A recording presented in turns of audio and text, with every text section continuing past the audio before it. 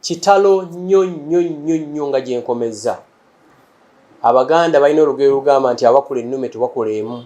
Tewali nnume ejja kukula epulesinga emirundi. Ekyo tekiriyo, tebakulimba. Tekiriyo. Mirundi mbadde mumanyidde emyaka egisoba mu 24 namumanya ya 2000. Tubadde ba mukwano ewe nga mmanyiyo n'ekamanyiyo. Mirundi nga bw'asalawo nti layini gy'alina okutowinga era gy'atowinga. Sisuubira nti mu Buganda muno waliwo omuntu abadde amanyi culture norms za Buganda nga Tamale Mirundi. Ekyokubiri, Mirundi ajja kujjukirwako nga mwoyo gwa ggwanga, abamu adde bakyasigaddeko. But on the side note, Mirundi afudde birowoozo. Tebabalima nti Mirundi afudde ekintu kyonna birowoozo. Mirundi engoba gye yagobwamu mu State House up to today afudde akokkolima. Era nga Mirundi ne bw'omusanga ku mwendo ogw'ekiro temuyinza kwawukana nga tagambye nti ne bangobanga embwa. Bwe bamala omugobanga embwa, Mirundi yafunanga omusaala gwa miliyoni nga 2, eyamuddira mu bigere ne bamuwa miliyoni 14 omusaala. Mirundi abadde senior presidential advisor naye ng'afuna miliyoni 1.7 omusaala nga talina woofiisi. Ye presidential advisor abadde talina woofiisi nga woofiisi ye eri wali ka restaurant ku Winton Road. So abadde afudde ali frustrated in summary. Era aba government mugenda kuswala nnyo singa mulaga kaakati okwagala nti mwagala nnyo Mirundi. Mpulidde mbu babaddeyo ne mu ddwaliro nga bagamba mbu baba mutwale Nairobi. Lwaki mujja mu kaseera ng'aweddewo? That should be the question. Mulekerawo okulaga abantu okwagala nga bamaze okufa. Abantu mubawe ebimuli nga bakyali balamu. Lwaki mulaga Mirundi kati okwagala ennyo kaakati ng'ali mu coffin? So in summary, afudde birowoozo, tafudde kirala. Tulaba nti Mirundi abadde mu kukunavu namusale ky'ebyamawulire kijja ku nsonga z'ebyobufuzi n'embeera z'abantu kweteekirira. Uganda egenda kufiibwako eruzinze muntu ki? Uganda eruzinze a senior citizen abadde extremely informed kubanga Mirundi amaze ebbanga ddene wano mu Uganda ne mawulire. Mirundi abadde alina n'emyaka nga 66. Abadde extremely knowledgeable kyetufiiriddwa. Unfortunately abantu abagezi nga bo kaakati tibakyasangika. Naye nze nga Gashumba nyina ennaku nnyingi kati nkebedde ku ssimu ye wano takyayinza gikwata.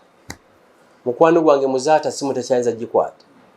Mukwano gwange Archbishop Silwanga takyayinza gikwata. Kasirye Gwanga takyayinza gikwata. All Access takyayinza gikwata. Bishop Kagwe Masaka takyayinza gikwata simu. So enjawulo eriwo nti batuseeseeyo ne naffe tugenda.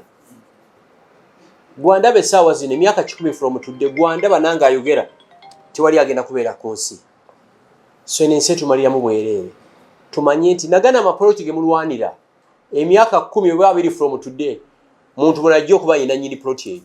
Example eno giwa nnyo nti gwe ploti gy'olina olowooza teyaliko bannyiniyo. Bwe tuliyiga ekintu ekyo tujja kwetreatinga ng'abantu.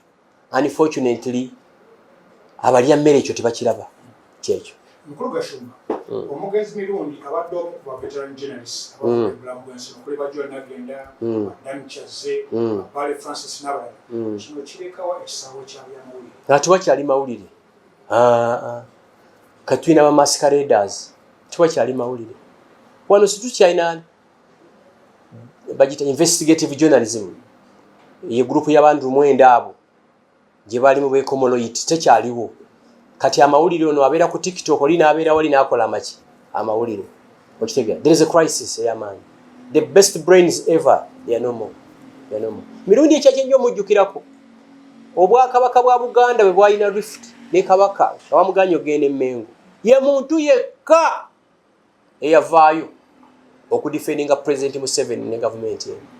Tewali muntu wano yali adifendinze President Museveni ne NRM like Tamale Mirundi.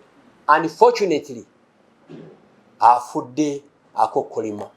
Ekisinga okunnuma abantu abatalina kye bakoledde gavumenti edo bali mu kweyagala. Olumu badde musangawo ku Winton Road zino zikadenge ne zitaweza abanene. Nagamba wale bagenze convoy nti tugende mu yange driver starting mu lukola bakataala nga kabeera always kabeera nga mu empty. Abagala nnyo eggwanga lino abagala nnyo gavumenti yammwe tebaba recognize. Stream media eweddewo. The world has changed so much. Nzijukira nga tuli bato mu kyalo nga UBC yabeeranga mu black and white. Ate nga UBC abantu asinga tebakimanyi ng'eggala nawo ne bagamba nti bawumuddemu. Ontegeere. Ne wajja WBS, ne wajja NBS, ne wajja Sanyu TV, ne wajja Capital Radio n'ebirala. Katwajiddwa social media. So mainstream media tekyasobola kusurvivinga in the next 5 years. I'll give you an example. Ngenda ku Twitter wano nentekayo tweet. Nesoma abantu emitwalo 100. Ne mu Uganda tewali popular amawulire okuwa copies emitwalo 4. Kikulaga nti abantu abasinga amawulire tebakyagajja mu print. Na zino TV zammwe bugenda okuziba nga nsobola okupredictinga amawulire bugenda okukola ki? Ye mugenda okulaga. So mulina okuswitchinga. Era singa bugenda n'emirundi kati abadde nnyo ku social media, ku TikTok n'ebirala. That's the way to go. Actually, an example njiwanyo nti akalulu ka 2026 mu Uganda kagenda kubeera determined by 2 things. Abavubuka ne TikTok. Wanze tambula across the country, nosanga abaana ba boda. Gashumba. No yimye no babuuza ko ne mbabuuza mu ndabira wanti ku TikTok. Si ku TV. So that's the way to go. I've known Mirundi for the last, I think, 24 years. He has been a true friend. Nobody has ever supported President Museveni and the NRM like Tamale Mirundi. Mirundi will defend the NRM and the President Museveni on over 10 radio stations in a week. How many NRM cadres do that? Mirundi will be on a radio in the morning, in the evening he's on a TV. So NRM will miss a very important person. But the Mirundi I know, he has died. He was so disappointed with President Museveni. The way he was thrown out of State House. Trust me, Mirundi has not died over here, lung failure. No. He has died of depression. What beats me most, you don't be shocked to see the state taking over his entire burial arrangements. Shame on you. Mirundi wanted that love when he was still alive. The Mirundi I know, sometimes he had no fuel. But you'd see convoys of senior ministers and top government officials with the lead cars and the rest. So the message is very simple. Let's learn to appreciate people when they are still alive. So even if government foots the entire bill, me as Gashumba, actually my happiest day is to see the government distancing themselves from Mirundi's body. We shall take care of each and everything. We don't need a lot of money. No. If it means carrying Mirundi's body from Kampala to Karisizo, we are going to do it to show him that we still love him. Bye-bye, Mirundi. Of course, we no longer have investigative journalism in Uganda. It died a long time ago. We just have masqueraders now. We don't have... It's in Uganda where you'll find a journalist who will come to interview you, asking you, what's your name, blah, blah, blah. Because I think before you can even come for an interview, you must do preps. Who is this person? You get it? That's why sales for newspapers like a Monitor, New Vision, Looked are dropping day in, day out. You get it? That's why. So we no longer have it. It's not there. We just have masqueraders.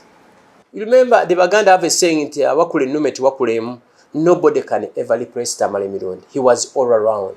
Very hilarious. You get it? And he was a good timekeeper. Look at a person at his age.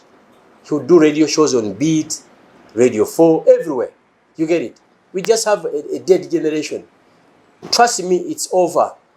Let me give you an example. I can put up a tweet and it will generate 500 views, 500,000 views, 500,000. But if you combine all the newspapers in Uganda, I think their total saturation is around 90,000. And many of those are supplementary newspapers given to embassies and government offices. So trust me, social media has taken over. Like it or not. I travel a lot. I travel up country a lot. When you meet border riders, they always ask me, hey Gashumba, how are you? And my question is always very simple. How did you get to know me? That we always watch you on our phones, on TikTok.